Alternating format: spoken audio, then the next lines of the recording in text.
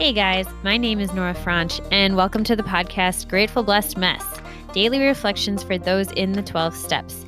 I am a fellow 12-stepper and certified mindset coach, and I am here to introduce you to the value of mindset coaching in your 12-step journey. So if you feel like you are stuck in the steps, if you're slipping and sliding with your abstinence, mindset coaching may help you as it did me, and you can find me at catholicmindsetcoaching.com. These episodes are meant to invite you in to consider the truths of 12-step wisdom and to join in the very real struggle of living them in action. I hope that it feels almost like a mini meeting, and I invite you to contribute your own share on the Grateful Blessedness Facebook group to keep the discussion going. My comments are based on my own experience, so feel free to take what you like and leave the rest. But my hope is to encourage you on your own daily 12-step journey. As they say, you cannot stay clean on yesterday's shower. So without further ado, let's begin.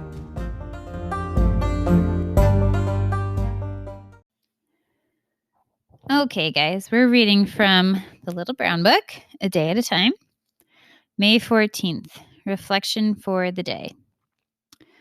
A very popular error, having the courage of one's convictions. Rather, it is a matter of having the courage for an attack upon one's convictions, wrote Nietzsche.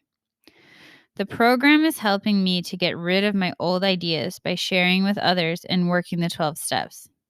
Having made a searching and fearless moral inventory of myself, having admitted to my higher power, to myself and to another human being, the exact nature of my wrongs, and having become entirely ready to have my higher power remove all my defects of character, I will humbly ask my higher power to remove my shortcomings. Am I trying to follow the program just as it is? Today I pray. I pray that I may continue to practice the 12 steps over and over again if need be. The program has worked for millions of recovering people the world over. It can work for me. May I pause regularly and check to see if I'm really practicing the program as it is set forth. Today I will remember, step by step, day by day. Yeah, so I was on a coaching call this morning, and the person was talking about how they didn't like now seeing the parts of themselves that they're not proud of. Okay, and this was a very beautiful moment for this woman because then you can do something about it. So it's nice when you're in happy oblivion where you're like, I'm a good person. I'm not that bad. And then you start to learn about capturing your thinking and looking at where it's leading you and looking at your side of the street and how you're showing up in situations, how you're adding to situations, how the thoughts that you're thinking directly are contributing to actions that are not bringing you closer to God. And when you do that work, I can 100% relate to this lady, and it happened to me, and it still happens to me, where you're like, oh my gosh, gross. Like, come on. I know one for me that came up a lot was just not wanting to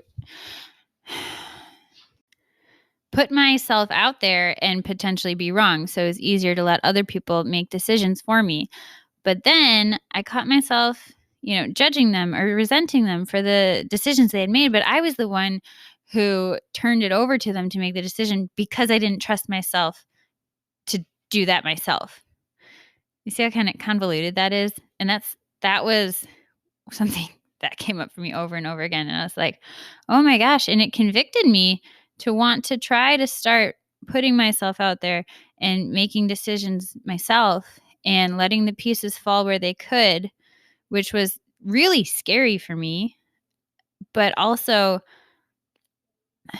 a mark of adulthood that I wanted, a mark of maturity that I wanted to be able to grow in and learn to walk in, and having the humility of knowing I could be wrong and learning to let go of the perfectionism of always having to be right, or that there's only one right way to do this. And if I guess wrong what it is, then, I can't live with myself. That is all wrapped up in it. And so I can't attack maybe like that belief, like, oh my gosh, I have to pick the right way. And if I pick the wrong way, then there's something wrong with me. I don't do well when I try to attack just that. But if I take little actions of just choosing a way, knowing that it could not go well, and letting the pieces fall where they may, and learning to accept a job that had errors that I could see that were obvious, but moving forward anyway, which, kind of makes some of us cringe to hear that. Or for others, it's like, yeah, duh.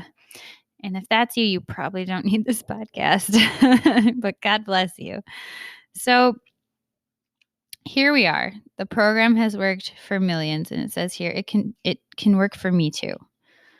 So I think that for those of us who are slipping and sliding a lot, for those of us who are having trouble staying in sobriety or abstinence and are getting frustrated with themselves and with the program, a couple things. First off, I think it can work for you too. I think that there are those of us who may not be constitutionally incapable of being honest with ourselves, but we don't realize the lack of honesty that exists within our own minds. Okay, because I could see myself as a victim of circumstance a lot.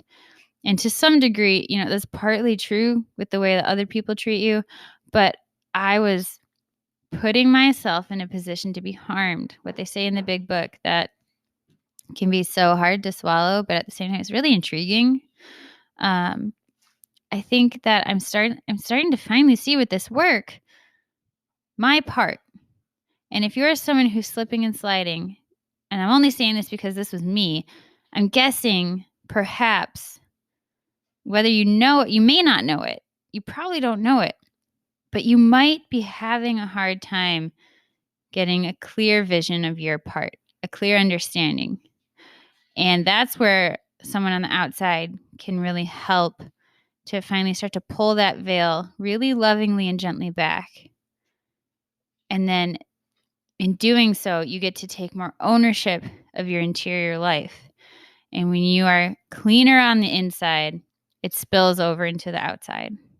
So if that interests or intrigues you at all, please reach out or find someone else to help you uncover that part of you so that you can really progress through the steps. With that, I pass.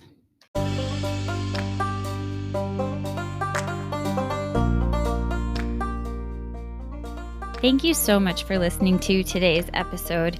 If you feel that mindset coaching could help you on your 12-step journey, please feel free to reach out and find me at catholicmindsetcoaching.com. But more than that, it's important to me to give listeners like yourself a place where you do not need to feel alone on your 12-step journey. And for that reason, I've created a Facebook group. It's called Grateful Blessed Mess. And it's a place where listeners can go to add their own commentary on the share for the day, in addition to my own, and for us just to have a conversation or start a back and forth where people can find support in their 12-step journey. This is not a replacement for 12-step work. This is something outside of the 12 steps. It is simply something that has a heart for the 12 steps and those who are in it. And so, welcome. If you're here, chances are you may also be a bit of a mess. And I hope that you can learn to find some gratitude in the blessings that have come from your messes.